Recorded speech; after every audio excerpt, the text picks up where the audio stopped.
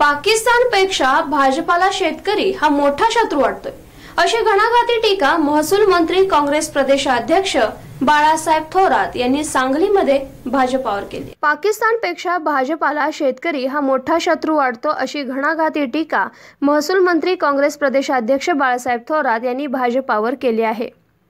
केंद्र सरकारने केलेल्या कृषी कायद्याच्या विरोधात पंजाब आणि हरियाणा राज्य तापून उठले।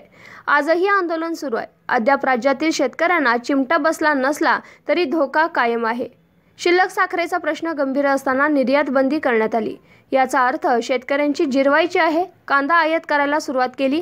पाकिस्तानातून कांदा आयात करण्याची चर्चा सुरू आहे। म्हणजे आज देशातील भाजपा सरकारला पाकिस्तानपेक्षा शेतकरी मोठा शत्रू वाटतोय।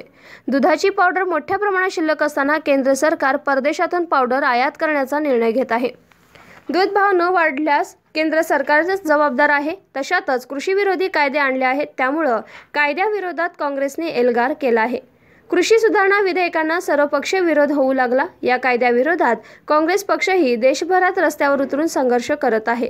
महाराष्ट्रातही या काळ्या कायद्याविरोधात काँग्रेस पक्ष संघर्ष सुरू झाला।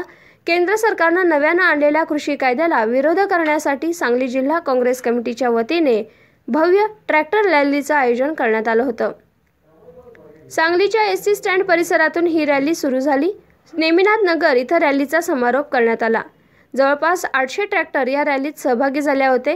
कृषी राज्यमंत्री विश्वजित कदम यांच्या नेतृत्वाखाली ही रॅली काढण्यात आली आहे। मधला काही काळ जगामध्ये सुद्धा असा होता की अनेक देशांमध्ये असं राजकारण करण्याचा प्रयत्न झाला, त्यांचा त्या काळात यशस्वी झाला। परंतु आता मात्र पुन्हा जगामध्ये हा सगळा बदल आपल्याला दिसेल।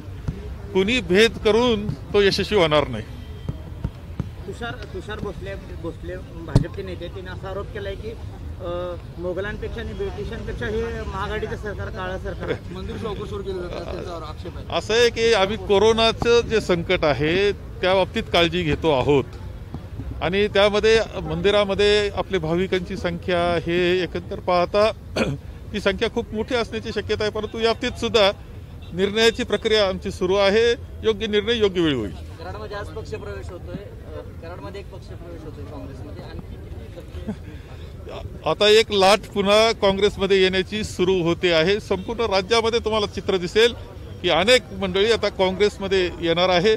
पुन्हा काँग्रेसचं एक वातावरण तुम्हाला राज्यामध्ये निर्माण झालेलं दिसेल। काँग्रेसच्या नेत्यांनी एक मोलाचा सल्ला दिला आहे। असं असतं की शेवटी पक्ष आहे, पक्षांमध्ये मतमतांतर असतातच। कोणताही पक्ष असो, ते आमच्या पक्षामध्ये जे मतमतांतर आहेत ते सुद्धा त्यांनी दूर करून एकत्र पद्धतीनं काम आपण जर करू शकलो आणि तर काँग्रेसला तर चांगले दिवस येतीलच, निश्चित येतील। हे सगळ्यांकरताच तो आम्ही आवाहन केलंय। अशोक चव्हाण काही दिवसापूर्वी नाराजी व्यक्त केली होती की उद्धव ठाकरे काँग्रेसच्या महापालिकेला निधी देत नाही। तुमचं काय बोलणं झालं? नाही, उद्धव ठाकरे असं ते काही व्यक्तिगत नावाना कोणाच्या नाही, परंतु काही विषय असे असतात। शेवटी 3 पक्षांचं सरकार आहे। आपल्या पक्षाचं काळजी घेणं ही जबाबदारी आमच्या सगळ्यांची आहे। त्यामध्ये जो काही निधी कमी मिळाला आम्हाला तो मिळाला पाहिजे हा आग्रह आम्ही त्यांचा केलेला आहे। त्यामध्ये माननीय मुख्यमंत्र्यांनी आम्हाला आश्वासित केलं की ज्यावेळेस काही आपण निर्णय करू वाटवाचा त्यावेळेस तुमचं तो निधी काँग्रेसच्या त्या नगरपालिका मिळतील।